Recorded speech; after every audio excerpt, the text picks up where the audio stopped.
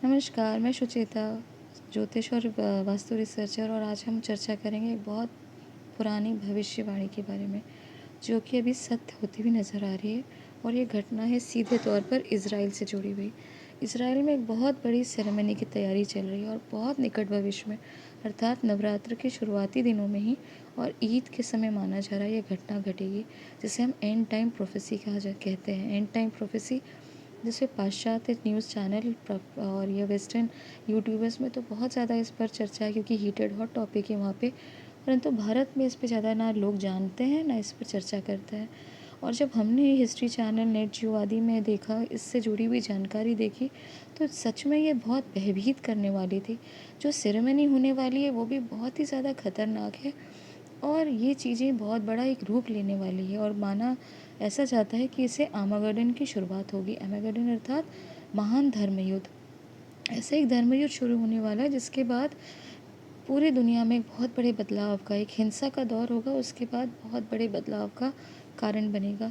और ये भी माना जाता है कि जो ये इज़राइल में 7 अगस्त 2023 में जो हमला हुआ हमास आतंकियों द्वारा, उसका सबसे बड़ा कारण यही एक सेरेमनी थी जो जुड़ी हुई है रेड हाइफर से जुड़ी हुई। रेड हाइफर का क्या अर्थ होता है, पहले इसे समझ लीजिए।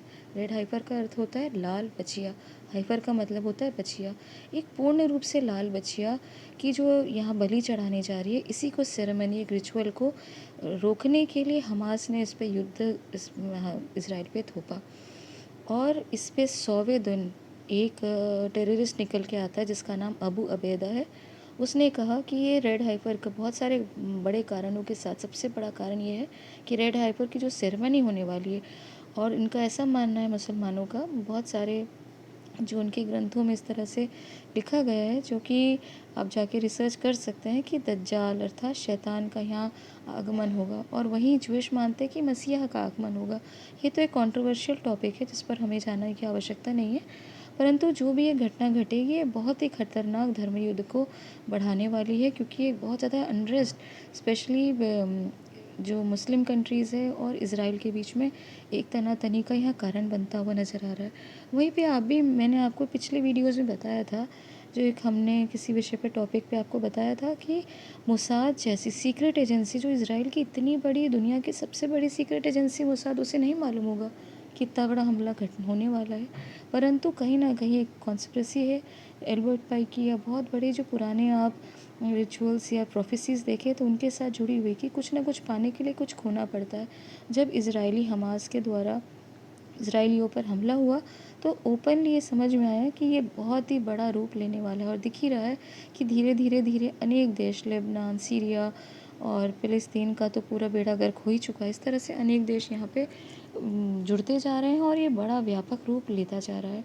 जैसे कि अग्नि में बहुत प्रचंड एक शुरुआत तो हुई थी चिंगारी के साथ, परंतु ये रुकता हुआ नज़र नहीं आ रहा। और वहीं पे ये कहा भी जाता है कि आर्मागेडन की शुरुआत होगी, और जो बहुत बहुत ही ज़्यादा निकट भविष्य में। अब हम आपको बताते हैं कि कितना विचित्र ये रेड हाइपर की सेरेमनी है। इसके साथ जो बर्तन जुड़े हुए हैं ना, जो जो चीज़ें वहाँ पे रिचुअल्स में काम आएगी, जैसे हमारे भी घर में पूजा पाठ होती है, तो हम जो बर्तनों का या जो अपने घर में सब चीज़ों का प्रयोग करते हैं, तो जिस प्रकार से उसकी शुद्धि का ध्यान रखते हैं, वहाँ पे इन्होंने भी पूरी तैयारी कर ली है। इसमें जो स्पाइसेस या जो भी इनको यूज़ करने वाली चीज़ें हैं, उसकी भी वहाँ पे तैयारी हो चुकी है। साथ ही साथ ये सब प्राचीन, अर्थात 2000 साल पुरानी ये सब चीज़ें हैं। और आपको ये भी जानकर बहुत हैरानी होगी कि जो रेड हाइफर, जो पिछला जो रेड हाइफर का जो बलि चढ़ी थी, वो मूसा के द्वारा, हमने सुना है मोजेस, इसको हम इंग्लिश में मूसा, सॉरी हिंदी में मूसा कहते हैं। तो मोजेस के द्वारा 2000 साल पहले जो रेड हाइपर की बलि चढ़ी थी, लाल गाय की बलि चढ़ी थी, और उसमें बहुत सारे चीज़ें लगती हैं, बहुत सारे जैसे जड़ी बूटियों का प्रयोग किया जाता है। और आपको ये भी जानकर बहुत हैरानी होगी कि 2000 साल पहले उनको एक आर्कियोलॉजिस्ट सर्वे में जो जो बलि चढ़ चुकी थी, यानी जितनी 9, क्योंकि 10वीं बलि है, और कहा जाता है कि 10वीं बलि में ही जो है शुद्धि होगी, और गाय को, जो भी गाय को बलि चढ़ाई जाएगी, उसके राख से पानी मिला के उसमें सबकी शुद्धि की जाएगी। और उसके बाद ही वहाँ पे जो टेम्पल के अंदर, यानी जो अभी प्रेजेंट जो वहाँ पे अक्सा अलक्सा मस्जिद है, जो सबसे इम्पोर्टेंट मस्जिद है, जहाँ से माना जाता है कि मुसलमानों का सबसे तीसरा सबसे बड़ा मस्जिद का स्थान प्राप्त है, वहाँ पे ये इज़राइली लोग अपना थर्ड टेम्पल बनाएंगे। और थर्ड टेम्पल बनाने के लिए, उस स्थान पे प्रवेश करने के लिए, क्योंकि ये भी एक वहाँ पे इनके साथ में मसौदा हुआ था। एटोमन जो पीरियड था उस समय एक मसौदा हुआ था इनके साथ ज्यूइश और मुस्लिम्स के बीच में कि वे अलास्का मस्जिद उसके अंदर वो प्रवेश नहीं करेंगे। और जब करेंगे, जब ये बलि चढ़ेगी, और ये 2000 साल बाद जो ये बलि चढ़ रही है, यहाँ पे पुरानी जितनी भी 9 बलियाँ चढ़ चुकी हैं गाय की, उसको मिलाना वहाँ पे एक अनिवार्य चीज़ थी।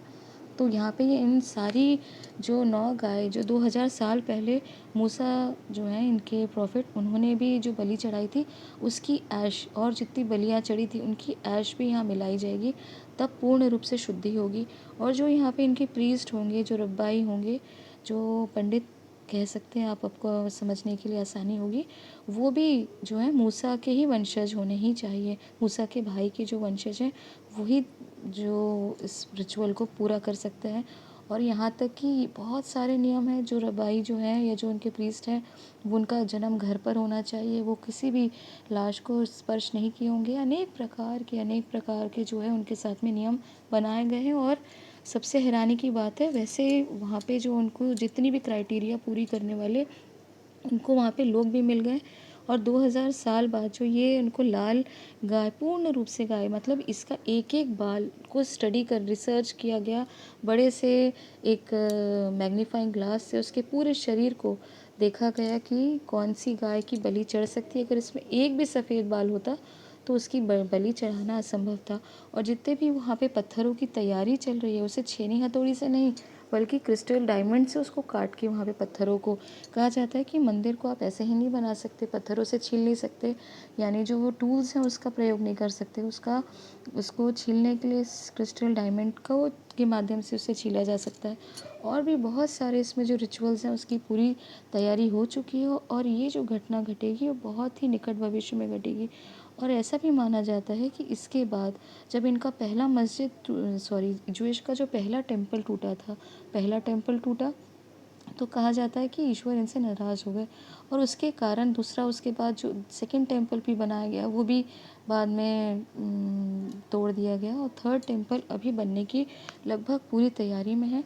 और जो थर्ड टेम्पल बनेगा वो कहा जाता है कि वापस मसीहा इनसे इन जो शुद्धि हो जाएगी सारे ज्यूइश की, ज़ायनिस्ट की, और उसके बाद यहाँ पे जो है मसीहा का प्राकट्य होने वाला है। और मसीहा के प्राकट्य के बाद ही एक बहुत महान धर्म युद्ध होगा। और ये भी माना जाता है कि इस धर्म युद्ध में सारे लोग मसीहा को मानने लगेंगे, और इस तरीके से इनकी जो प्रोफेसी पूरी होगी। और ये जो इसीलिए यहाँ पे लाल गाय को लेके जो रेड हाइपर की प्रोफेसी बहुत ज़्यादा यहाँ पे चर्चा का है, क्योंकि कोई भी मुसलमान ही नहीं चाहेगा कि उनका जो अलास्का जो मस्जिद है वो तोड़ा जाए, और जो यहाँ पे थर्ड टेम्पल का रिकन्स्ट्रक्शन हो जो माउंट ऑलिव में होने वाला है। और इसके साथ जो ये इनका मसौदा था ये टूटता हुआ नज़र आ रहा है जो ऑटोमन पीरियड में हुआ था। तो कहने का ये अर्थ है कि जो चीज़ें घट रही हैं इसमें बहुत ज़्यादा अनरेस्ट दिख रहा है ज्यूइश और मुस्लिम कंट्रीज़ में। और यहाँ पे जो जो ये चीज़ें दिख रही हैं, इसका एक बहुत बड़ा एक महान धर्मयुद्ध को लेके यहाँ पे एक तरीके से, सीधी तरीके से आप देख सकते हैं कि एक तैयारी है। और ये जो समय है निकट भविष्य में जो हमने आपको बताया, वो लगभग 11 अप्रैल को हो सकता है, क्योंकि ये अप्रैल में ही होने वाली है घटना। जो भी ये जो तैयारी चल रही है वो अप्रैल के लिए ही बनाई गई है। और मोस्ट प्रोबेबली ये ईद के दिन होगा, और जिस दिन नवरात्र का तीसरा दिन होगा। यहाँ पे ये भी एक चीज़ जानने की बहुत आवश्यकता है कि नवरात्र का तीसरा दिन होता है माँ चंद्रघंटा का। और आपने अगर भविष्य मालिका सुनी है, और अगर जो इसका जानकार है, जो भी इसको सीरियसली जैसे लगता है कि हाँ कुछ हमारे ऋषि मुनियों ने कहा है, तो कहीं ना कोई घटना घट सकती है भविष्य में। तो ये चंद्रघंटा माता का जो इंदु के नीचे बिंदु का यहाँ पे लगातार जो बताया जा रहा है, प्राचीन ग्रंथ में लिखा हुआ है कि इंदु के बाद बिंदु की जो चीज़ बताई गई है, इंदु के बाद बिंदु जो है वो सीधे तौर पे माँ चंद्रघंटा से जुड़ी हुई है। और माँ चंद्रघंटा बहुत ही खतरनाक एक व्यापक रूप लेके यहाँ पे कारण बनेगी लोगों को या अधर्मियों का अंत का। वहीं अगर आप नक्षत्र देखें तो सबसे कठिन और सबसे जो क्रिटिकल कहा जाता है नक्षत्र, वो है 11 तारीख को कृतिका नक्षत्र। कृतिका नक्षत्र जो सबसे, हम उसका नाम ही क्रिटिकल से बन रखा है। जो वर्ड क्रिटिकल है कृतिका से ही अगर आप समझना चाहें तो कनेक्ट कर सकते हैं। और इस दिन आप भी जिस दिन भी पंचांग में देखें कृत्तिका नक्षत्र हो तो आप समझ सकते हैं कि कुछ ना कुछ ऐसी चीज़ ज़रूर होगी जो आपको टेंशन ज़रूर डालेगी। और यहाँ पे टेम्पल इंस्टीट्यूट नाम की जो संस्था है, इसी के द्वारा ये सारी चीज़ें हैं तैयारी की जा चुकी है। और इसमें ये पूरी तरीके से यानी जो उनके जार बर्तन, जो उनकी ड्रेस, उनके अटायर, हर एक चीज़ का बारीकी से तैयारी का, यहाँ तक कि उनकी रिहर्सल भी हो चुकी है। सबको लेकर आप जाके इस पर रिसर्च कर सकते हैं। तो कहने का ये अर्थ है ईद के दिन ही ये हो सकता है कि इसकी जो है पूरी तैयारी की जाए। और बहुत ज़्यादा माना ये जा रहा है कि ईद का सबसे एक ऐसा समय है जो ये जूइश लोगों के अनुसार जो उनके प्रोफेसी को फुलफ़िल करने वाला दिन है। मैं ये नहीं कह रही हूँ कि ईद को वो दिखाना चाह रहे हैं या नवरात्र के लिए ये वो दिन का, मतलब उनकी अपनी जो रिचुअल है, उनके जो ग्रंथ है, उसके अनुसार ये दिन उन्होंने शायद चूज़ करने के लिए सबसे सही माना। और आप देखिए जो रेड एंड टाइम प्रोफेसी है, मैंने एल्बर्ट पाइक के बारे में भी आपको बताया था कि जो हज़ार मतलब कुछ 100 साल पहले, 200-300 साल पहले ये सारी चीज़ें, पहला विश्व युद्ध कब होगा, दूसरा कब होगा, तीसरा कब होगा, कैसे इज़राइल ज़ायनिस्ट है, मुसलमानों को मारेंगे, मुसलमानों को और क्रिश्चियनों को, इज़राइलियों के जो खतरनाक जो ये परंपराएं हैं, जो भी उनके बीच में क्या क्या घटने वाला है, वो सारी चीज़ें एंड टाइम प्रोफेसीज़ में एल्बर्ट पाइक के द्वारा लिखी गई है। इसमें हमारा कहने का ये अर्थ है कि शायद ये सारी चीज़ें आपस में जुड़ी हुई हैं और ज़रूर यहाँ पे जो घटना घटने वाली है अप्रैल में, आई एम नॉट श्योर कि 11 अप्रैल को ही होगा, परंतु जो भी घटेगा वो अप्रैल को होगा। 22 अप्रैल के पहले ये चीज़ें होने जा रही हैं और ये सारी चीज़ें जो हैं बड़े रूप में अनरेस्ट का कारण बनेगी, स्पेसिफिकली मुस्लिम और जो है ज्यूइश लोगों के बीच में। और अगर ये सच में ऐसी चीज़ें होती हैं तो देखना होगा कि किस प्रकार से ये घटेंगी, क्योंकि जो मालिका में भी ग्रंथ में लिखा हुआ है वो सब 2024-25 के लिए में प्रोबेबली जो 2024 के लिए खूब सारी भविष्यवाणी की गई है। और हमने भी आपको बताया था कि किस रूप से ये चीज़ें 2024 और 25 हमारे गणना के अनुसार 25 से एक बहुत ही बड़ा गोल्डन पीरियड हो सकता है। क्यों हो सकता है, न्यूमरोलॉजिकली हमने आपको समझाया, आप जाके देख सकते हैं। और ये चीज़ें बहुत ही ज़्यादा बड़ा एक रूप लेने वाली हैं। नो डाउट प्राकृतिक आपदा हो, युद्ध हो या किसी प्रकार की अनरेस्ट की, जो सिविल वॉर की हो या सिविल अनरेस्ट की हो, या आपस में देशों में थर्ड वर्ल्ड वॉर भी, ऐसी घटना भी घटती हुई जो ज्योतिष के माध्यम से भी कहा जा सकता है कि ये असंभव नहीं है।